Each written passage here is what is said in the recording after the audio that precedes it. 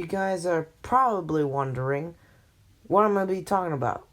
And why am I going to be talking about it? Well, today I'm going to be talking about when I went to Bali. It was the first time I ever went out of Australia, and I wanted to tell you my experiences. And yeah, this is basically like a review video, and hopefully this gets like lots of views, cause yeah, I barely got any of those lately. Do it! Just do it! And anyways, with that said, let's start the video. Me and my family were planning to stay for a very long time. Mom said that we were going to Bali, so we packed all our stuff and then we went to the airport and then we went on an airplane. It took like 5 hours to get there, and when we got there, it was nighttime, but it was hot. And we finally got to our hotel room, and it was so beautiful. It was huge. And there was an all-you-can-eat buffet there. And for 10 days straight, I basically just swam, relaxed, got a massage. On day 11, we decided to do something different. And so we went to this restaurant thing. And we had a good time, we ate food, and then we felt a shaking in the table.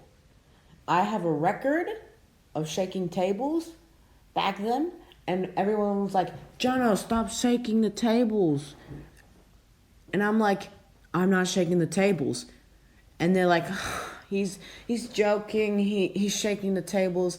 And then I stood up from my seat, and I'm like, "It's not me." And the table still keeps on shaking. And I don't know how the hell Mom knew this, but she was like, "Earthquake!" And after when she said those words, everything started shaking. It was terrifying. Well, great. This is how I die.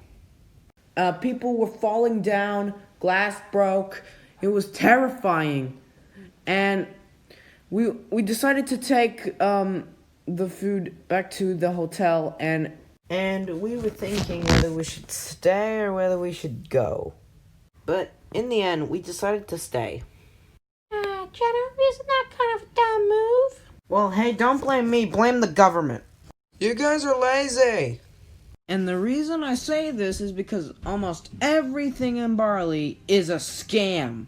I mean, it's okay if you scam me if you really need the money, but where I draw the line is where you have to pay like $1,000 more for one person to take a flight back to their home. I mean, come on, we're all gonna die. Everybody's like screaming, saying like, "Oh my gosh, take my money, take my money," and the whole airport is full. And I'm like, man, these people are evil. They're scamming money so your life can be saved. I mean, who the hell does that? Well, apparently retards. Wait, who are you again? I'm Jono from my Year 7 camp sucks, and I'm happy to pronounce that I have over 100 views. Yay! Okay, now can you get out of this episode right now and go back to where you belong? Thank you! Back to the video. And guess what happened? Nothing happened. I feel bad for the people who actually paid for the tickets. This is what I think the people who bought the tickets feel like right now. Okay, after that, there's another story I can tell you. It's pretty embarrassing, but I'll share with you anyway. Remember the all-you-can-eat buffet? Well, there was a toaster there, and it would toast your bread very slowly.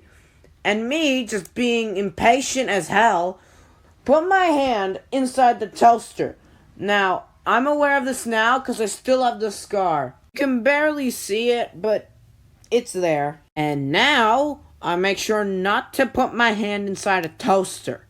And please, don't be an idiot and put your hand in the toaster, because trust me, it hurts. So, me and my dad decided to have father and son time. We hadn't had that in a while. So, we went through this alleyway after when we got some groceries and stuff like that. Either way, we went through this alleyway, and there was this weird guy, really weird guy.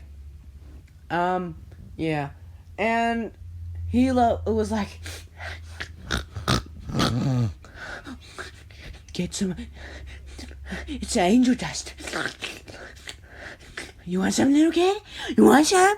You want some, little kid? You'll see pink fairies everywhere. No joke, I honestly thought that guy was possessed. I wanted to splash holy water on this person. May the power of Jesus Christ compel you. Besides that, we had a really good time. We just ate and just spent time with each other like normal people. And there was this girl, let's call her Jet.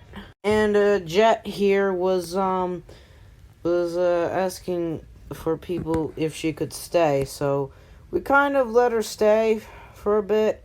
And when we got to the airport to leave back home, parted our ways, and she was a good friend. Yeah.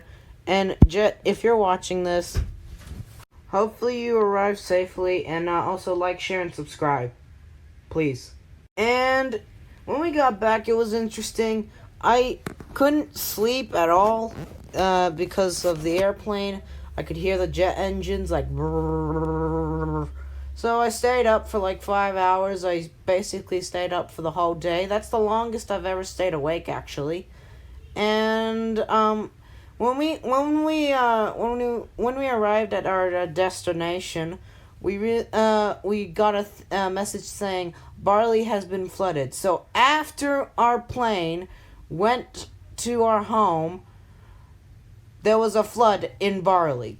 What are the chances of that? Honestly. Anyways, that was my experience in Bali. Please like, share, and subscribe.